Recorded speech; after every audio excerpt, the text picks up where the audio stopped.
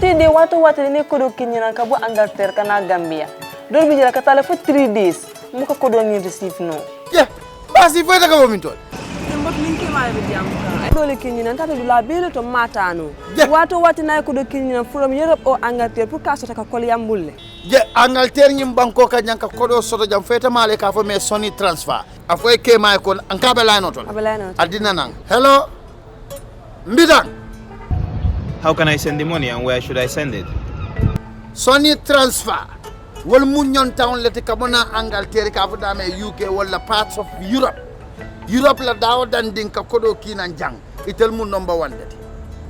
Ha. Anna amanda wala de. Ni la taka credit ko sang isi la app download ka fo me Sony transfer app. Ni yo download.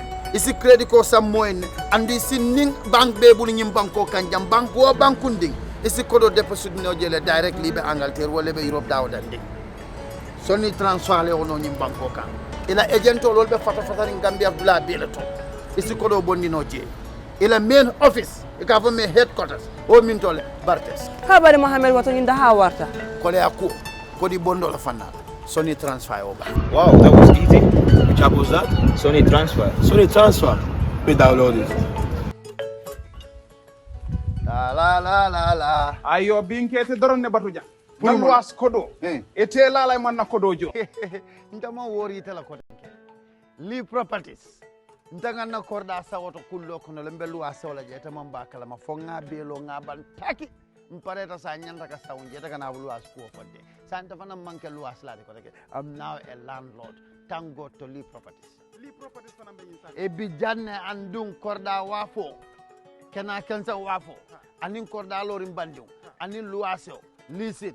Property management nyim bankun kanjang. Lee Properties mu number 1 dati. Andum building material fana.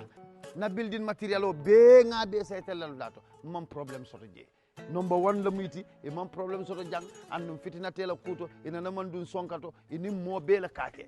Ni lafta empty land la Gambia la any place in this country ka soto santem fon sukuta bijele latri abijele jabam bijele tanje bijele yemi la ko kundi na korda la fanal Lee Properties ñom ñoy number 1 ci dekk bi Wodo Lee Properties de kon man tam dina fa dem wolom toñati mobe jubero la dawdan di ngay tentu ngay jay tay mom amna gan bo xamne manam mom dañ de nek di fight ni rek wante suma way la te ndanan la si deka bi when it comes to the media so I think she will speak more of Wolof because the day muna understand man suma ko lacce si sources she will understand and then she is free to speak any language understand because this is media freedom you know so tay Salimone kasuma guest bi she is the boss of TIZZY media you know coming your way soon, inshallah, because we want everybody to become big and independent.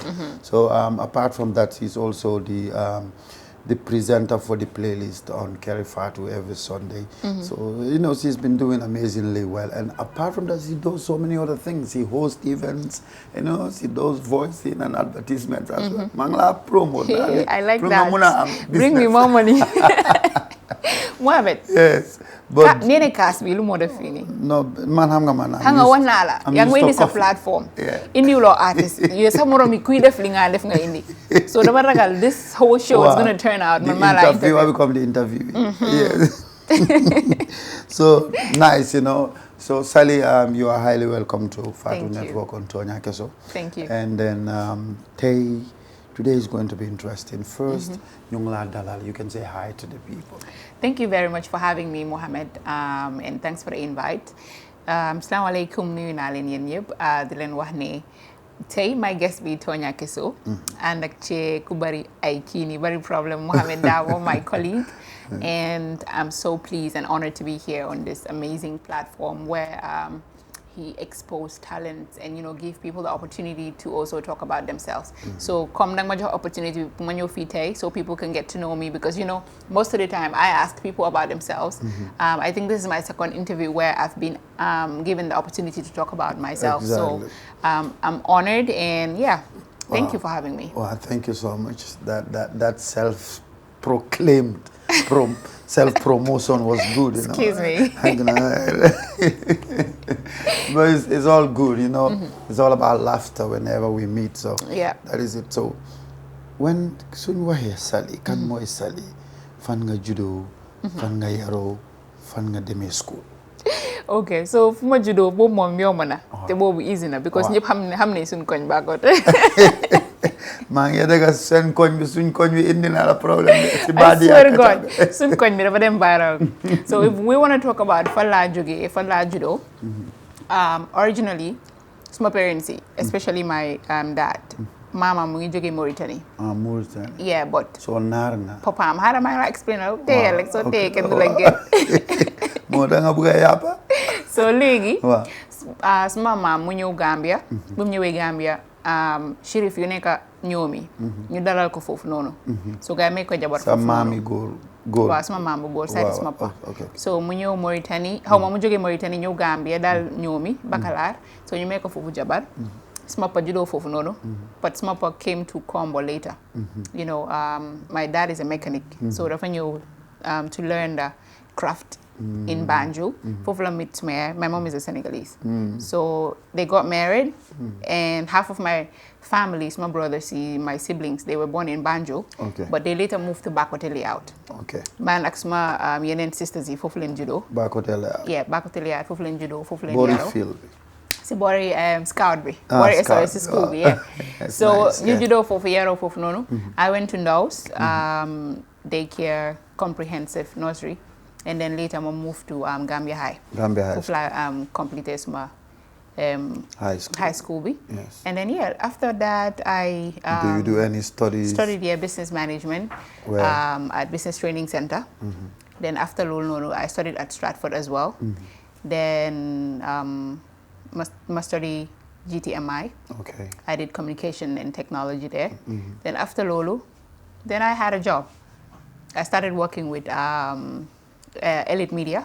All right. No, before Elite Media, I started working with Africell. Oh, Africa. Yeah, Africell. I had You a were data also entry job. selling credit. No, never. Do I look like somebody? No, there's nothing wrong with it, but No, come on. Just a question. My dreams are bigger than just selling credit. So. No, but it's normal. I'm not. I'm don't take it as an offense. No, I said you started selling. Wow, no. I was not selling no. No, bambanon ban mo neka benen word ba from Nopal. Si all of Nopal. Wow. Mohammed Emal Dinga. So maneka Africell. Yeah. While we were the girls that were employed to survey amongst sen yenen competitors yi. Ñan ñoo nekk di gën a jaay credit. Ñan ñoo gën a nekk di jaay more of an inform. SIM card. Yeah, like basically a data collector basically. So, but I didn't stay long there because knowing me, I'm adventurous. And I also think that wherever I am, I can do better than that. So I felt like that place was just too slow for me. Like your ambition was bigger than where you was just were. bigger than where I was. So I moved off no traveling agency. So here's the thing, I've done so many things. Okay, Imagine from travel agency. From Africell, I moved to a traveling agency where I used to book for I was working at Cab and Travel Tours just before Fini. This restaurant just by the forget whatever the name is, by the Fajara War Cemetery. Oh. Yeah, traveling agency bufaneka fofu la don liggéey. After lolu, then I switched from traveling agency to a modeling agency. Okay. Yeah, where I did a part of modeling, and my boss Fatmata Koka Rahman introduced me to the media, where I used to go out in the streets and interviewing people. Then back where it was really high, irregular migration to just be kind of nice with the word. Irregular migration was high, so I used to go to the streets and interview, youths, ask them why are they migrating from one place to another, and then one time we had an event. One time Capital FM, Jollof Arts, I'm on event. Wow. So that was when, Saul. yeah, that was when I interviewed Saul and Papa Jams. Then after Lolo, Soulfly introduced me to Soul. Then me and Soulfly had a show at Capital FM. It was just me coming over and have a show, but not a staff. Then they heard my voice, and Saul thought like I have a good voice to be on air. Yeah. So like, he employed me as a staff. Too good to lose you. Yeah, so he employed me, and I was reading news, current affairs, 12 p.m. And then did a couple of Gambian entertainment shows. That's where my love for Gambian entertainment shows started. Then after Lolo, I left. I became a manager at Comfort Zone as what estate agency. Okay, great. Yeah, so it was very far, Brikama. It was very challenging for me to be traveling there every day, closing late. So I spent a year there and then retired. That's when I had a job at Kirfatu now, where I am. Oh, great. Yeah. Your story of work experience is incredible. Yeah, incredible. So lolu mom gachingala. Thank you. And then come as a girl child. What challenges in a face in the society, at school and at work? Or even not you relatively, but like others. What do you get to learn as a young woman growing up in our society? Okay.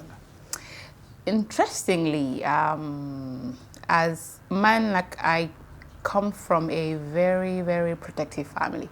Come smayai, so deme si bitik pisa ngayaga fufu nonu. More than time before I'm sort of like new sexy. Wow. So I think I had freedom when I moved to my brother. The reason why them dikas my brothers are because kuma hamnene I've lived with my brother since 2009. That was just after my graduation. Same mother and father. Yes, same mother and father. Mom at Jabaram. I lived with them because my mom was very protective. So I did not really encounter as such come maybe being harassed by another guy or being,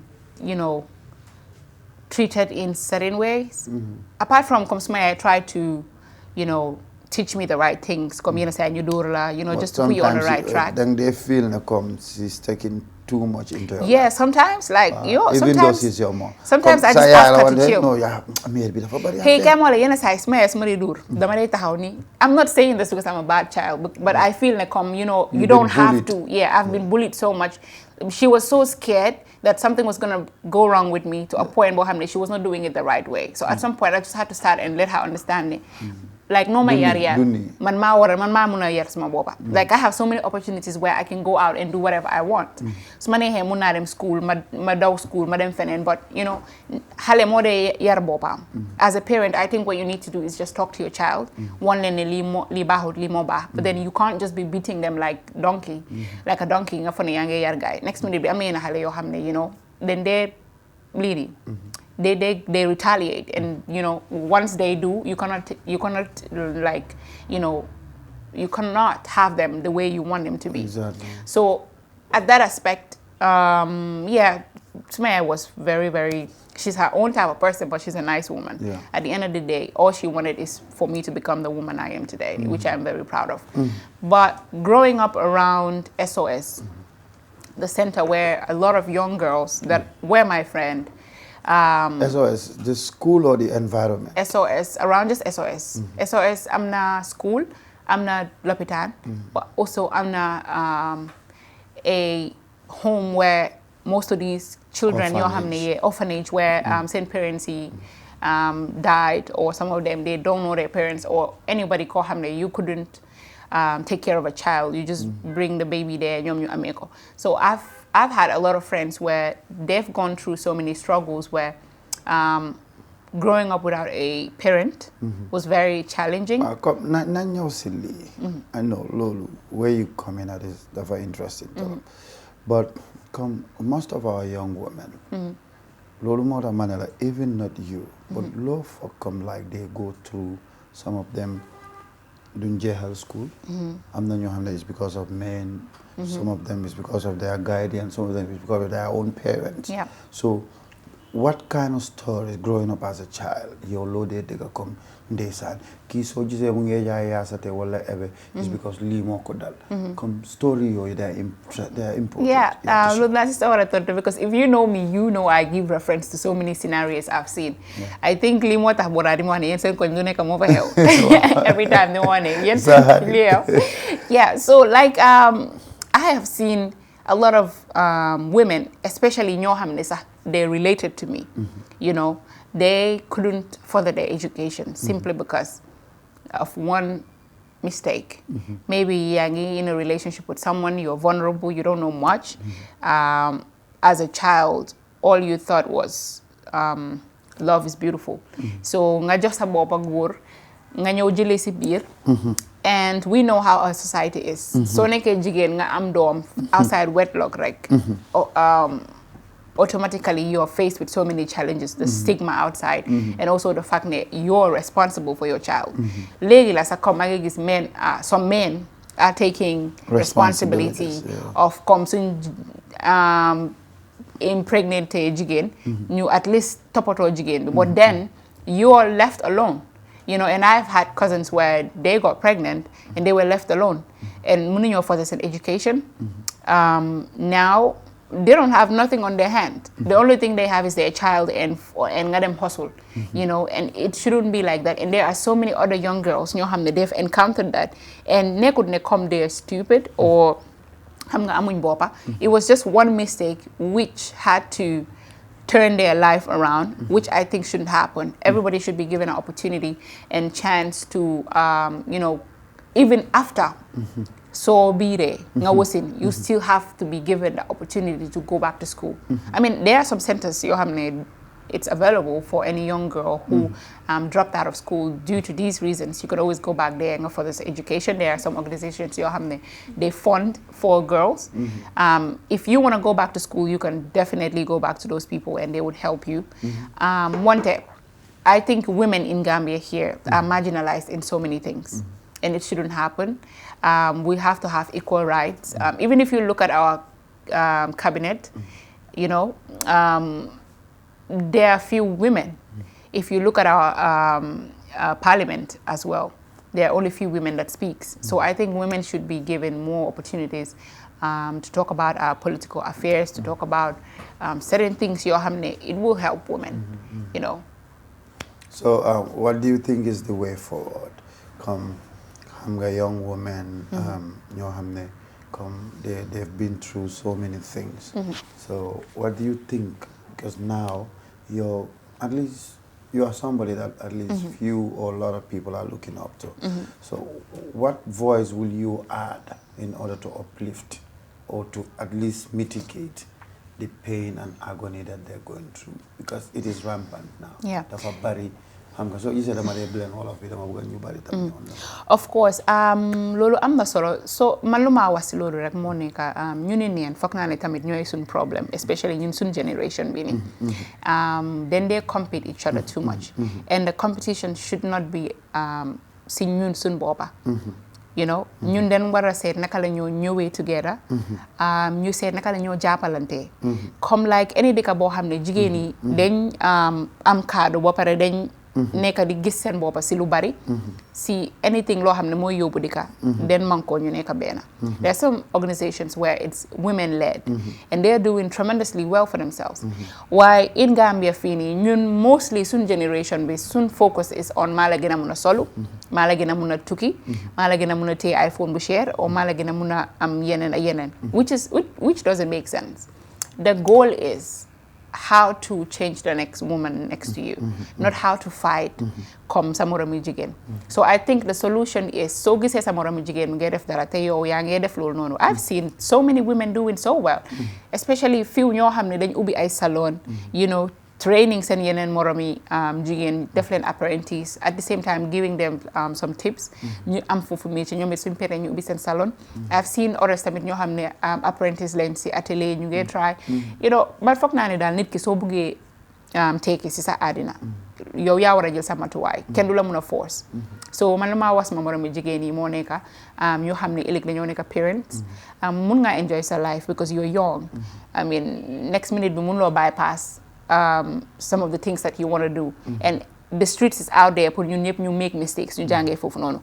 But whatever you do, hamalne, you gotta secure the back. You gotta make sure you earn. Because man, I've seen the example. My mother is a fully fledged housewife. She wakes up, goes to the market, she comes home, that's how she has been throughout her life. If you ask her what was your dream, she would tell you, I wanted to become a big tailor, like Nyom Auntie Chan, Nyom Jake Cham, they travel around, but I couldn't do it because I was a fully married housewife.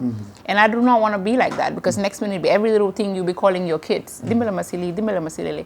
I want to be a parent, Bohamne. I'm going to bring a child in this world, and not expecting Halebi to grow old. So if any parent, any young girl in my age want the same thing, start. You know, but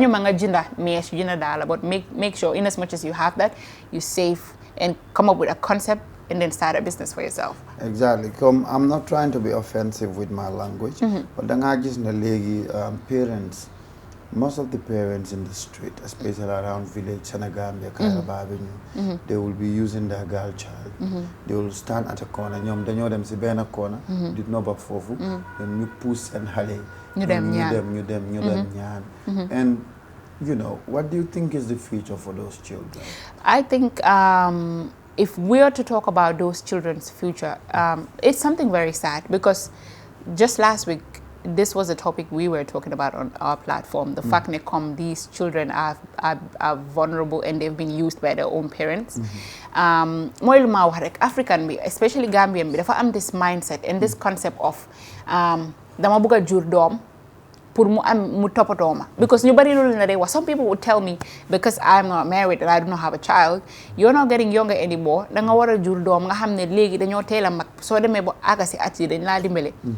As a parent, yow yaa war a ñefe xale boobu noonu nga protect ko by all means, provide her or him a safe home to stay, food and shelter, I mean, provide them with protection, with affection, with so many things. But yow don't want to feel yow as a parent wa pare nga buga sa doom bi mu rescue la. Whatever is happening in the streets loolu la, understand nga? Parents didn't feel bopare, and ñom ñoko tek sen bopa. Probably maybe when you were as a child, deflo won li nga wara def. Nga ñew am doom, you're a single parent, which come na ma fi waxoon, you could always turn your life around. Mun nga dem back to school, or nga dem def métier, or nga dem def lenen, or nga dem taaj table sa nga jaay sa doom yi ñu dimbale. But you can't be seen parading si mbeda bi. Amé ben xalé yo nga nekk si corner bi, xalé bobu non di dem di ñaan from one place to another. And most of these times, xalé yi sa duñ dé bay help. Sometimes you'll be reversing your car almost, if you're not careful, X and call, because you don't even see them. Sometimes they will be out there bare goody. And I think the problem, the solution to this problem is there should be some kind of regulations or some kind of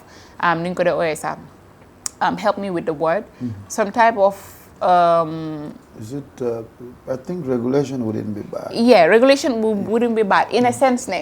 If you're caught abusing a child, because child abuse is not just ngadur halebi or ngasaga ko verbally. All these are child abuse. Or exposing them to early danger. Exactly.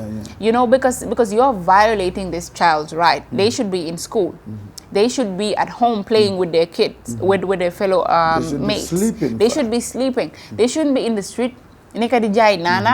Or they shouldn't be in the street asking for people, may mahalis. I mean, there are so many predators out there. They prey on kids. Exactly, because I'm not a story. So soon you see boy be def attire. Of course, bull them fen nana be just a plate of nana, she knows sometimes not even more than $20. Of course. Yeah, I understand. Mujoko $25 or $50. So the child will be very happy to keep the change and then take the other part to the mom. So jai na you fake a better person, better customer. But what that person was doing to the child at the end of the day, now they are married, fine. You understand? The guy married the Nana girl? Yes. But she was very young when she got pregnant. Wow. From the guy. I wanted to say, okay, I heard it, you know, normally that's what I do, even if I'm exposed to certain stories. Yeah. Because I don't want people to know exactly who I'm talking about. Who you're talking about, But this happened before me. in my very eyes. Imagine. Yeah, you understand. So then I just like certain things, because that girl was very intelligent. She was going to school, and then she was doing this, and every day, it's sad. So it's very sad. You know? It's very sad, Mohammed, because mooy li ma la wax rek soo gisee Gambian bi ñemeñut bu baax. When Yaya Jammeh came with this seat belt, ku takut sa seat belt, they la fine. Understand nga? Da nga gis soo duggee si biir moto bi sax driver si boppam moo la dee njëkk boo jël responsibility am takal sa seat belt bi. Because when you get caught, you're going to pay this amount. So I think also that kind of system should be brought back. There are certain systems yoo xam ne maybe the person that brought it, understand nga, the person that bring those systems is not a cool person. But Lolta would come, Subaramam nekute around. You just throw all the system they put in place. There are certain yohamne they still what applying. So you know, you control so many things that are happening. I think there should be regulations as to children should not be seen out in the street by 8 o'clock. Understand? 8 is late. By 6, children should not be seen in the street. They should be at home doing whatever they do with their family. Any hale bo gis mung simbera be rek ngen arrest hale bob nonu ngen yobu ko to a certain place for him ngen ko fa attach. You know, then you publish the child's picture. There should be consequences. Consequences. Then if you as the parent come to collect that child, your sister bopa either then large a chore. Maybe da nga dem bele matse serekunda bi yep, o nga dem rahas to toilet yu neka si prison bi or whatever. That way, if you're hungry, di nga xam ne man dama wara ew ma dem ma xosul ma ñew ma just ma doomi, not the other way around where xale bi moy dem mu ut ma dem tëdd si corner bi. Gambia, everybody has turned into beggars. Da nga gis jigéen yoo xam ne ñu ngi okay dara jotul leen seen loxo yi dogut seen bët yi tojut seen tànkay damut dañoo taxaw si mbedd bi di la wax ne dimbale ma. I mean, I think it get to a point. Even the givers are now angry at the beggars, not simply because you don't want to give, but it's becoming too much. It's becoming too much. They will even knock your car glass exactly. window. Just dema put cash halis EcoBank just to pay my internet, and this group of women, ñu ngi taxaw EcoBank, den don ñaan. So kenaki, she's deaf and dumb. Ñaari ñu ngi okay. So guy jox 200 bi defandom bi ñu ne ko mu dem share moom mu jël ko dugal ko si poosam bi yow kay nga seen problème bi ma ne la problème bi ni nit ñi ñoo ñëw aatee jeneen jigéen bi mu ne kii foog mu jox ko xaalisam kii nii la mel jiko bii la am saay bu ñuy joxee mu dama ko si poosam bi lu dee séedoo at ñun waaye xoolal tey moom xaalis bi naa ko jël and I'm like all of them are okay. Mentally they're okay, physically they're okay. But nobody wants to become a maid. Nobody wants to dem jai simbera. Everybody just wants the easy way. Man, sometimes I think I should start going in the street and, you know, because if you look at it, all these 10 fives you are having, at the end of the day, you multiply by the month. You are making more than us newly. Some are making 9,000 a month. A month, just for begging. When you meet some people, they give you 200-300. Exactly. And those people will tell you, because it happens before me. A beggar just came and someone gave 5,000. Can you imagine? And said, just go home for these days. Don't come here. Wow. But the moment them exactly. So then I have these people are not real beggars. And they're not stupid, Mohammed, because they know the spots. They doing them. Yes. Like Legi, they go to the cool spots. Like Village, Tropics, yes. I shopping center. Kairaba They stand at places where soon you gain it, they have the key for change. Banks. Exactly. You know?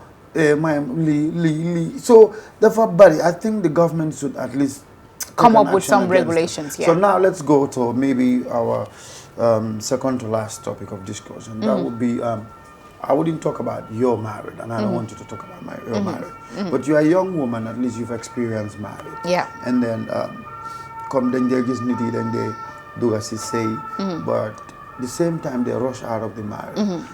Generalize it. What do you think it's responsible for that?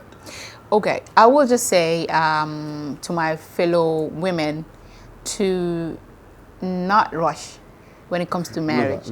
You know, because when you say this, blah, blah, blah, I think marriage is a lifetime thing. And the person you choose to spend the rest of your life with, you have to be with somebody, no matter how much you guys annoy each other, you're willing to compromise. Compromise is very important. Understand? Again, this world, it's short. You know, then fineka for a time, and you need somebody who sit time being fineka. They will be there in a sense, whether it's good or bad. You know, through thick and thin, they're there for you. Because next minute be, we're all are sinners. Every day then they turn yala. But when we go to him, we say we're sorry, So why would you be with somebody called Hamne? When you guys argue, they think that they have to hold on to that, or every now and then I'm fight. It's not normal. Fights are not supposed to happen. Every relationship, musulofe is called Hamne mune mas mo partner. We don't have problems. So the reason why I say every girl out there, every woman should take their time. They should take their time in choosing the partner they want. You should be the partner. You should be with somebody called no matter how you guys annoy each other. Your partner? How do you choose your partner? Very interesting topic. Because need the falindim. People are very difficult to know. I'm not what they show you, associate lo they gis. It's so different. And communication is also very essential. Communication is very essential. Yeah. You know? Yeah. Let me take it back so they know I know how to pronounce the word. Communication is very essential, you know. So, you have to be honest and genuine and tell them who you are at the get-go. You know, go to your body, duñ dé wax diga. So say at ñom nga ñew di tek nga bëgga gëna ñu ne kini gold digger or something. But come on, I'm not a gold digger. I'm about to spend the rest of my life with you and I need to know who you are. You can't tell me this next minute ma dugga sa life ma ñew gis leneen. If I'm not comfortable with what is there, I'm definitely leaving and I do not care what people say. And what is the comfort of a marriage? What is the comfort of a marriage is like I said, to be honest, you know. Both parties. Both parties to be honest with each other, to always speak when it's necessary. Speak out. Do not keep stuff in your heart. I'm not but one day, then a little thing, they explode and they start bringing 90 or things to you like last year, the year before last. Like those are not healthy for a relationship. So, Monica, if you ask, how do you know the right person? Somebody that you can communicate with. Somebody if you have issues, you can sit down and talk it out. Because they don't even give you the opportunity to sit and talk. Whenever you start talking, they walk away or tell you, I don't want to talk about it. Let's just leave it there. If you brush it under the carpet, eventually one day you would want to take the whole carpet out. You will find so many dirt under it, and it's something you will have to deal with eventually. So. I was married, yes. I came out of it because I felt like, you know, there's so much that I want that I did not have. And it's money? Not because, no, not money. When it comes to you know, I know, it's okay. I'm not here to talk about myself. I'm here to generalize. Never. No, but it's not money. It's not money. You know, women. Okay, listen to this. There is so much that you wanted. Jigin, and you were not getting it. Yeah, Jigin deserves so much attention. We know how we are as women. Understand? We want when you are on your crazy day, somebody to talk to you. When you're sad, somebody to lean on and stuff. You were not getting much communication. No, I was not getting it. But maybe I want too much. So do you think excessiveness of everything wouldn't be bad as well? Do you think there is time for always communication, and then, like you said, you wanted much than you were getting? You mean excessive communication? You mean excess communication? You said you were not. You were getting it, but you were not getting much of it. Yes. Why do you want to make me talk? But wait, yeah, I'll talk. Yeah. So, like I said, none of us are perfect. Yes. I'm sitting live on Fatu Network where a lot of people are going to watch this show. Me and my ex-husband, the relationship has been, no, Mohammed, no, I'm not comfortable. I'm not comfortable. Yeah, I'm not comfortable. I would but one thing I'll tell you, we're good friends. Still. It didn't work out. It didn't work out. You know, but we're still good friends. You're still good friends. Do you communicate? Yeah, we do communicate. And is there any way that you two could get back? I'm gonna get him a wife. Any lady out there that's interested, just holler me and I'll hook you up with him. So why not you? Me, I'm not ready. I think I want to better myself first. I think I need to work on my mental health, emotional, financial. You were traumatized. Before, no, I was not traumatized. I was very young and naive, and I didn't know much about marriage, you know. I just thought it was just this normal boyfriend-girlfriend thing until I got into it, and then, you know, you're now forced to become very responsible. I'm not saying I'm irresponsible, but there were certain responsibilities that I felt like I was not ready to take, you know. Were they obligatory? Like, is it something that you're supposed to do, but you couldn't? If I am married today, it's something that I will welcome. It's something that I will do with so much pleasure and joy. But then you were not ready. In 2018, I thought I was not ready for those things. I thought I was not ready to do so many, go into external guintees, external funerals, external blah, blah, blah, external, you know. I was just like, no. No, I don't want to do it. It was like, like a headache for me. And there were so many petty things that, Mohammed, why you, I swear to God that if I come here, I was not going to talk about anything about my man. Now you're making me talk and they're going to cut this and put it on social media. Bang. Fufula emayo.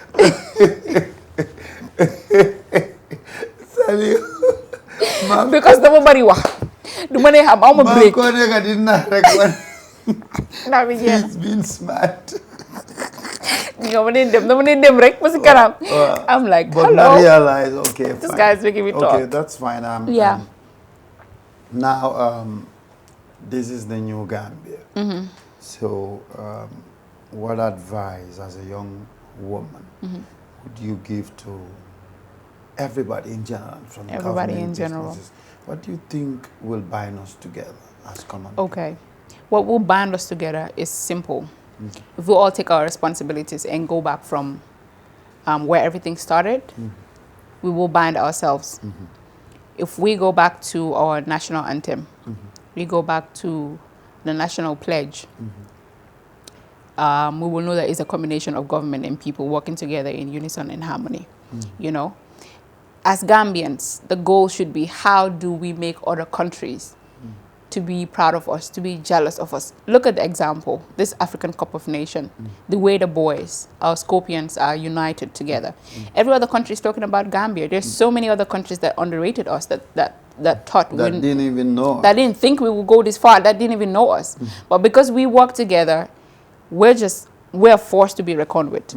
We're just thriving, and we hope to win the cup and bring it to the country, which is going to help us in so many ways, bring so many opportunities. So when it comes to the government aspect, we should know that this country is bigger than all of us. We should put together our differences and work for one purpose, which is to build a better nation for the future generation. Because the way this country is going, I'm not gonna lie, I'm not convinced that our future is bright. Why? Why? Because there's so many things happening. The cost of living is skyrocketing every day. The hospitals, people are just complaining. So many maternal deaths. You know, the poor road network. Gambia is small.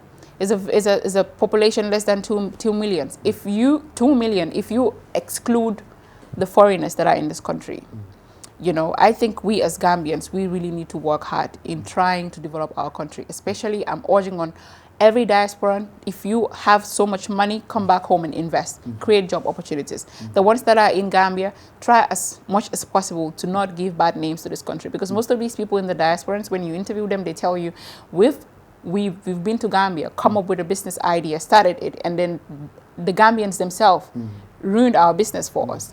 You know, when it comes to the younger generation, I'll tell them to reduce the party. Every day, you cannot be in Senegambia chilling 24/7.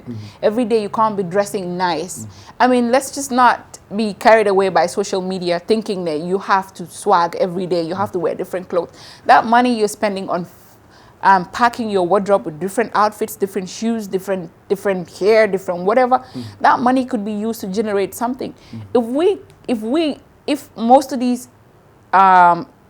people in our government, in our cabinets, most of them are old people. If they all retire or whatever happened to them, who's going to take the nation to the next level? Not these young people that I'm seeing. Yeah, there are some that are doing really well, but majority out there, all of them, what they're thinking of is the fast way of making money. And it doesn't work like that. You have to follow the process. Yeah, great. And final question to you is our young girls, because the reason why I'm relating most of these questions to women to you is because you are a young woman.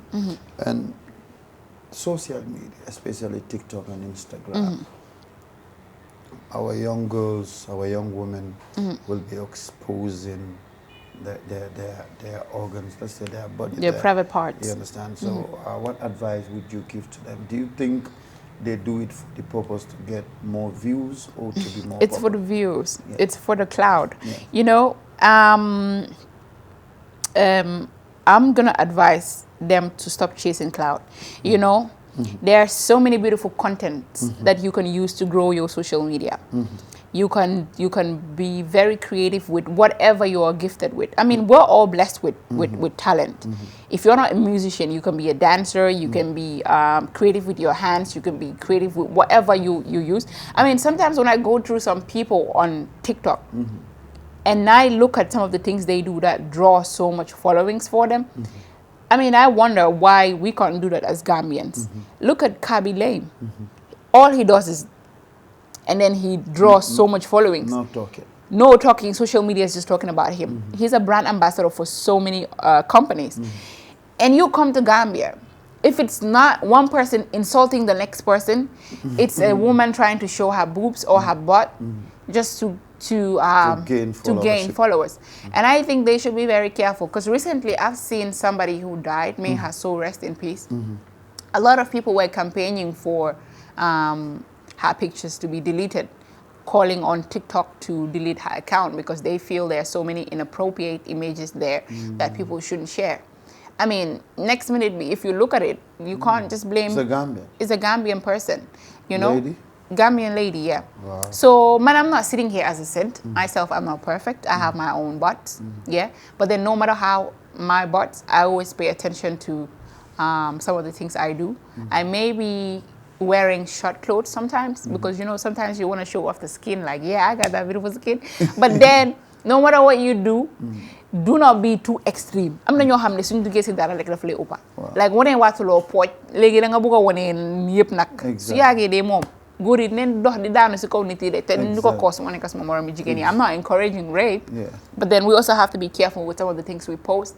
Trying to be Nicki Minaj or Cardi B. Most of these people you see, Cardi B, Nicki Minaj and co, they wear those things only when they're on set, when they're on stage. Understand? If you follow their day-to-day activities on their TikToks and stuff, you notice that they're very responsible. Responsible parents. I'm not kenn si ñom.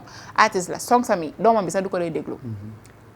She's so protective over the you know, vulgar languages she used on her song that she wants her child not to listen to it because she's trying to protect her. She feels like I'm rolling on the for the people out there to make living, because, you know, the industry we are today, they sell sex and violence.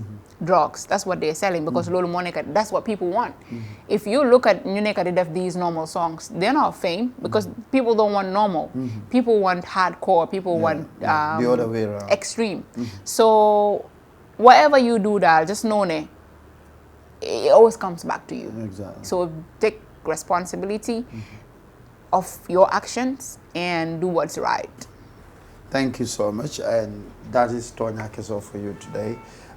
Sally, we are very, very grateful. It was a great conversation. Thank you. Instead, it was not confrontational, but it was fruitful, and then the exchange was good. Yep. Myself, I learned a lot, and you're smart. Thank you. You're smart. Thank you so You're much. smart. I give that to Thank you so to much. be honest, you're smart and open-minded someone. And then, you know, you are very, let's say, let me use one big word. Yeah, big. Use the big word. So when I go home, I'm gonna open the dictionary because I like to You are an extrovert, you know. Oh, I'm an extrovert. Yes. you're someone who can mingle with everyone. And Yeah, that will come take on, you that far. one is not a big. That one I know it. I'm getting laughing. I know what extrovert is. Well, I thought I was an introvert though.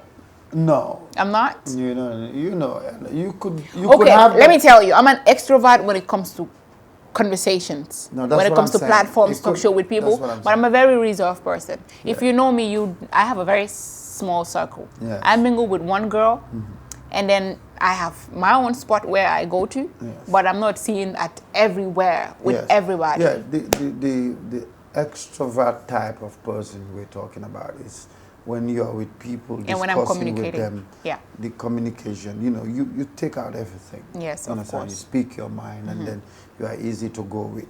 So Yeah. and Well, the that- goal is to, hopefully become like my amazing two sisters, Fatu Kamara, Fatu Network, And Fatu because Ture. and Fatu Kamara, yes, of Fatu Network, Fatu Ture of Kir Fatu, because Exactly. they are doing amazingly well. Proud of I them. mean, they are women that most of us look Yeah, up to, exactly. and we're hoping that one day the younger ones will look up to us. Exactly. We also give them platform where they will talk about societal issues, things that they are going through.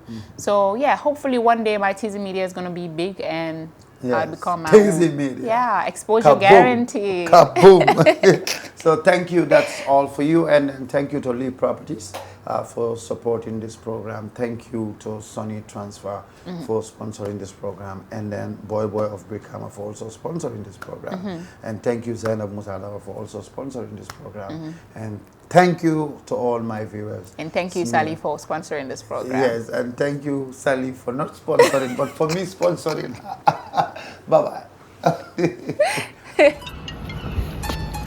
Hello? Ite watu ni kodo kinyana kabu Angleterre kana Gambia. Dol bi jira ka tale for 3 days. Muka kodo ni receive no. Yeah, basi foi daga momintol. Mbot ninki ma be jam ka. Dole kinyana tata dula belo to matano. Yeah. Watu na kodo kinyana from Europe o Angleterre pour ka sota ka kol yambulle. Je Angleterre nyim banko ka nyanka kodo soto jam feta male ka fo me Sony transfer. Afoy ke may ko ankabe la notol. Abelano. Adina nang. Hello. Mbidan. How can I send the money and where should I send it? Sony transfer. Wol munyon town leti kabona Angleterre ka fo dame UK wala parts of Europe. Europe la dawo dan din ka kodo kinan jang. Itel mu number 1 leti. Ha. Anna amanda wala de. Ni la taka credit ko sang isi la app download ka fo me Sony transfer app. Ni yo download isi credit ko sam moyen andi sin ning bank be bu nyim banko kanjam bank wo bankunding isi kodo deposit no jele directly be Angleterre wala be Europe dawo dan din. Sony transfer le wono nyim banko kan ila agent lol be fata ring Gambia Abdullah Beleto isi kodo bonni no je ila main office ka fo me headquarters o min tole Bartes Habari Mohamed wato nginda ha warta. kole akko kodi bondo la fanna Sony transfer o ba. Wow, that was easy. Which app was that? Sony Transfer. Sony transfer we download it. Hello? Ite watu ni kodo kinyana kabu Angleterre kana Gambia. Dol bi jira ka tale for 3 days. La. ayo binkete doron ne batuja nan was kodo ete lala man na kodo jo Ntama wori tela kotenke. Lee Properties. Ntanga na korda sawoto kullo kono lembelu asola je tamam bakala ma fonga belo ngaban taki. Mpareta sa nyanda ka saunje daga na bulu asku fodde. Santa fana manke lu asla de koteke. I'm now a landlord. Thank God to Lee Properties. li properties fana be insa E bi janne andun korda wafo. Kena kansa wafo. Anin korda lorim bandung. Anin luaseo. Listen. Property management nyimbankun kanjang. Lee Properties mu number 1 dati. Andum building material fana. Na building material o be nga be setelal dato. Mam problem soto je. Number 1 lamiti e mam problem soto jang andum fitina tela kuto ina namandun sonkato ini mo be la kake. Ni lafta empty land la Gambia la any place in this country ka soto. Santem fon sukuta bijele, latri abijele, jabam bijele, tanje bijele. Yemi la ko kundina kordala fanal. Lee Properties ñom ñoy number 1 ci dekk bi. woto li properties de kon man tam dina fa dem La